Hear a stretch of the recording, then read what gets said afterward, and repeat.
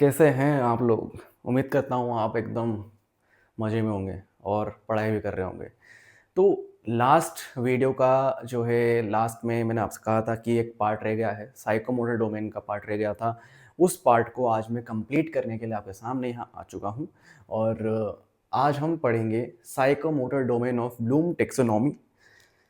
पिछली वीडियो काफ़ी ज़्यादा लंबी हो गई थी इसलिए हमको ये नई वीडियो बनानी पड़ी है और काफ़ी समय के बाद में मैं नई वीडियो बना रहा हूँ क्योंकि मेरे को कुछ पर्सनल इश्यूज़ थे।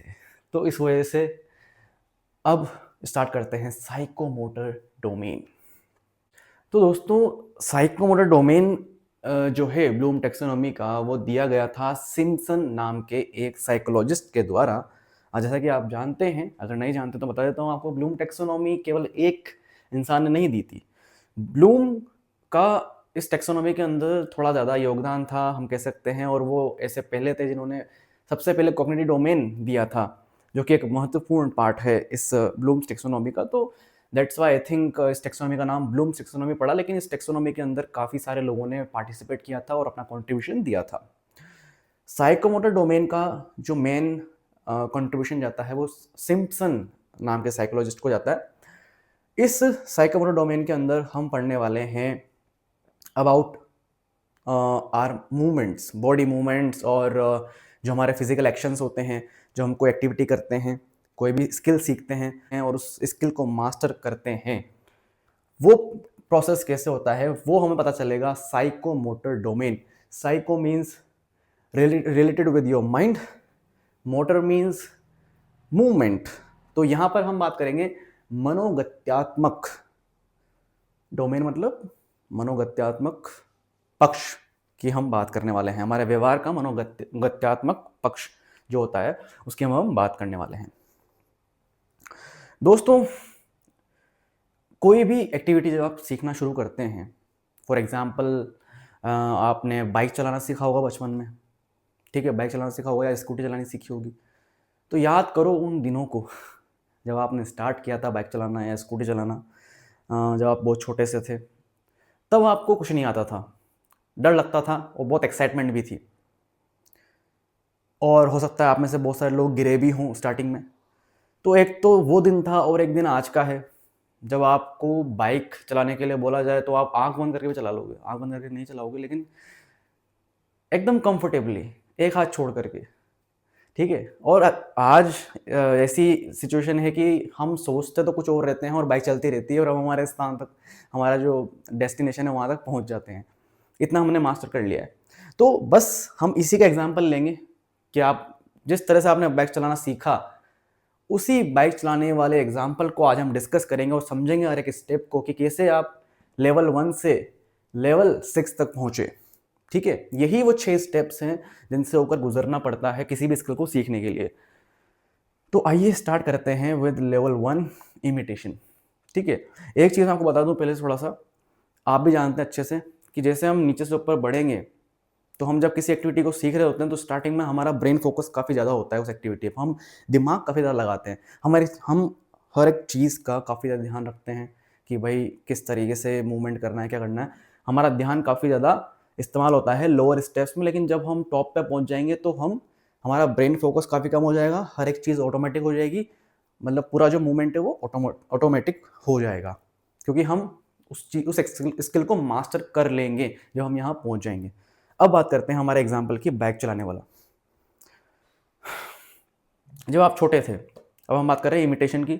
जब आप छोटे थे, जब आपने पहली बार बाइक हाथ में ली या फिर आप बाइक चलाना सीखना चाह रहे होंगे, तो आप अपने दोस्तों को देखते होंगे या फिर किसी और को देखते होंगे ना भाई वो कैसे चला रहा है। फर्स्ट अटेम्प्ट में हम हमेशा क्या करते हैं, दूसरों को कॉपी करते हैं, and this is all about this step, imitate. Imitation का मतलब होता है इमिटेट करना, नकल उतारना। जब हम कोई चीज़ सीख रहे होते हैं तो पहली बार में हम नकल करते हैं। कोई हमारे सामने बाइक चला रहा है तो हम देखते हैं कि अच्छा इस पे ऐसे बैठा जाता है, दोनों तरफ पैर रखे जाते हैं और फिर किक लगाई जाती है। अब तो सेल्फ स्टार्ट भी आ गया। तो हम नकल उतारते हैं और कोशिश करते हैं उस एक्टिविटी को करने की, पर हम फेल होते हैं, हम गिरते हैं, हमसे वो चीज़ नहीं होती है। तो ये हमारा पहला लेवल हो गया। जब आपने पहली बार किसी को बाइक चलाते हुए देखा और उसको कॉपी करने की कोशिश करी, वो होता है हमारा पहला लेवल, कि देख करके उसको करने की कोशिश करना। This is the first level. अब मैनिपुलेशन। अब आपके पापा जी आए या फिर आपका बड़ा भाई आ गया सपोज, उसने बोला कि पागल भाई क्या कर रहा है तू, बाइक तोड़ेगा, हैं तुझे नहीं आता है तो मत करे ना, मैं सिखा दूंगा। तो आपके बड़े भैया या आपके पापा जी आते हैं, वो बोलते हैं कि मैं तेरे पीछे बैठता हूँ, तू चलाना। वो पीछे बैठते हैं, थोड़ा सा सपोर्ट करते हैं आगे की तरफ दोनों हाथ रख के, और आपको हर एक मूवमेंट पे गाइड करते हैं कि आपको कब स्पीड स्लो करनी है, कब ब्रेक लगाना है, कब मूवमेंट स्पीड तेज करनी है, बैलेंस कैसे रखना है। आपको हर एक मूवमेंट की हेल्प मिल जाती है। और आप यहाँ पर पे इस स्टेज में आप जो है क्या कर रहे होते हैं, बारीकी से हर एक स्टेप को समझ रहे होते हैं कि मुझे स्पीड कैसे मैनेज करनी है, गियर कब बदलने हैं, बैलेंस कैसे बनाना है। This is all about doing with help. ये हमारा बहुत इंपॉर्टेंट लर्निंग का पार्ट है। यहाँ पे हम हर एक मूवमेंट को सीख रहे हैं, समझ रहे हैं, ठीक है। तो ये स्टेप डील करती है doing with help, with guidance. यहाँ पे आपको गाइडेंस और हेल्प की जरूरत पड़ेगी। यहाँ आप केवल नकल उतार लेते हैं और कुछ नहीं हो रहा था आपसे। यहाँ पर पे आप करेंगे डूइंग विद हेल्प। अब आ गया हमारा थर्ड स्टेज, प्रिसीजन। अब इस स्टेज पे आने के बाद में आपको अपने बड़े भाई की या फिर अपने पापा की हेल्प लेने की कोई ज़रूरत नहीं है। अब आप खुद से बाइक चला सकते हैं। कॉन्ग्रेचुलेशंस, अब आपको मिठाई खिलानी पड़ेगी क्योंकि आप बाइक चलाना सीख चुके हैं। तो प्रिसीजन में जब आप पहुंच जाते हैं, प्रिसीजन का मतलब होता है कि बारीकी अब आपके काम में आ चुकी है। अब आप उस चीज़ को, उस एक्टिविटी को प्रिसाइजली कर सकते हैं, स्मूथली कर सकते हैं, शार्पली कर सकते हैं। अब यहाँ पर पे आने के बाद में टेक्निक रिलेटेड काम खत्म हो चुका है। ध्यान से सुनना इस बात को। यहाँ पर आने के बाद में आपका टेक्निक रिलेटेड काम खत्म हो चुका है। आपको अब वो मूवमेंट आता है कि कैसे किया जाता है। यहाँ पर आने के बाद आपको बाइक चलानी आ गई है। आपको पता है कि बैलेंस कैसे करना है, कैसे ब्रेक लगाना है, कैसे गियर बदलने हैं। अब आपको यहाँ सपोर्ट की जरूरत नहीं है। There is no support in precision, ठीक है। लेकिन अभी भी आप जब गाड़ी चलाते हैं तो आपका ध्यान पूरा इस बात पे रहता है कि आप हर वक्त क्या कर रहे हैं, कब गियर बदलना है, कब स्पीड बढ़ानी है, बैलेंस बना हुआ है कि नहीं। पूरा फोकस आपका अभी भी मूवमेंट पर है। तो ये स्टेप वो है जहां पर टेक्निक तो आपको सीख चुके हो आप, अब आप टेक्निक सीख चुके हो। तो यहां तक आने में आपको सबसे पहले नकल करके सीखा आपने, कोशिश करी, उसके बाद में किसी की हेल्प लेके, गाइडेंस लेकर के हर एक मूवमेंट को सीखा। अब यहाँ पर आने के बाद में आपको टेक्निक आ चुकी है कैसे करते हैं। अब यहाँ से आप केवल ऑटोमेटिक मूवमेंट की तरफ बढ़ेंगे। तो प्रिसीजन में आपको टेक्निक आ चुकी है, अब आप खुद से कर सकते हैं। कोऑर्डिनेशन। कोऑर्डिनेशन का मतलब होता है समन्वय करना, कोऑर्डिनेट करना। जब आप प्रिसीजन पे थे तो आपको गाड़ी चलानी आती थी, इसका मतलब आपको रेस लगाना आ गया, आपको ब्रेक लगाना आ गया, आपको मूवमेंट करना आ गया, बैलेंस करना आ गया, टर्न करना आ गया गलियों के अंदर। लेकिन प्रिसीजन में आपको कोऑर्डिनेट करना नहीं आया। क्या कोऑर्डिनेट करना नहीं आया? Coordination of multiple skills at the same time. इस स्टेप पे आने के बाद में आप ऑटोमेटिकली गियर भी बदल रहे हैं, ब्रेक भी लगा रहे हैं, और स्पीड कम ज़्यादा भी कर रहे हैं, और बैलेंस भी कर रहे हैं। कहीं कहीं पे शार्प टर्न आया तो टर्न भी कर रहे हैं। सारे स्टेप्स को एक साथ मैनेज कर रहे हैं। फॉर एग्जाम्पल, अभी इस वक्त आप ऑलरेडी मास्टर कर चुके हैं बाइक चलाना, आपको बहुत अच्छे तरीके से आता है, ठीक है। तो इस वक्त जब आप बाइक चलाते हैं तो आप बिल्कुल ये बात जानते हैं कि आपका ध्यान इस बात पर नहीं होता है कि मैं रेस कब दे रहा हूँ, ब्रेक कब बदल रहा हूँ। ये सब ऑटोमेटिक होता है, ठीक है। तो हालांकि आप अभी तो है, तो आप सबसे टॉप पे लेवल पे, पर कोऑर्डिनेशन भी उसका एक पार्ट होता है। तो आप कोऑर्डिनेशन करके ही वहां पहुंचे हैं। तो कोऑर्डिनेशन का मतलब होता है कि मल्टीपल स्किल्स को एक साथ मैनेज करना, समन्वय करना उनके बीच में, कोऑर्डिनेट करना उनको। तो जब आप बाइक चलाएंगे, जब आप कोऑर्डिनेशन स्टेज पे पहुंच चुके हैं बाय प्रैक्टिसिंग अ लॉट, यहाँ पर पहुंचने के बाद में अब आप जो है गियर भी बदल रहे हैं, आप स्पीड को तेज या कम भी कर रहे हैं, और आप कभी जैसे घुमाव आया तो वहाँ पर पे टर्न भी आसानी से ले पा रहे हैं। ये सारी चीज़ें आप एक साथ मैनेज कर पा रहे हैं। आपको हर एक चीज़ के लिए सेपरेटली नहीं सोचना पड़ रहा है। आप सब चीज़ों को एक साथ लेके चल रहे हैं। You are mixing up all the things together and you are now becoming a very good master on that particular skill.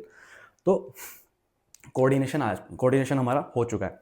अब बहुत सारे, या फिर कह सकते हो कि मोस्ट ऑफ दी जो वेबसाइट्स हैं या फिर जो एजुकेशनल प्लेटफॉर्म्स हैं, वहाँ पर पे आपको जो है केवल नेचुरलाइजेशन तक ही हायरार्की देखने को मिलेगी साइकोमोटर डोमेन के अंदर।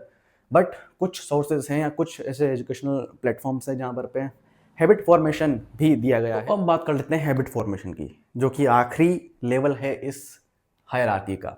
नेचुरलाइजेशन पे पहुंचने के बाद में अब आप उस एक्टिविटी को ऑटोमेटिकली कर सकते हैं बिना कुछ फोकस लगाए, उस पर ज़्यादा ध्यान दिए, सब काम ऑटोमेटिक होगा। मसल मेमोरी मैच्योर हो चुकी है।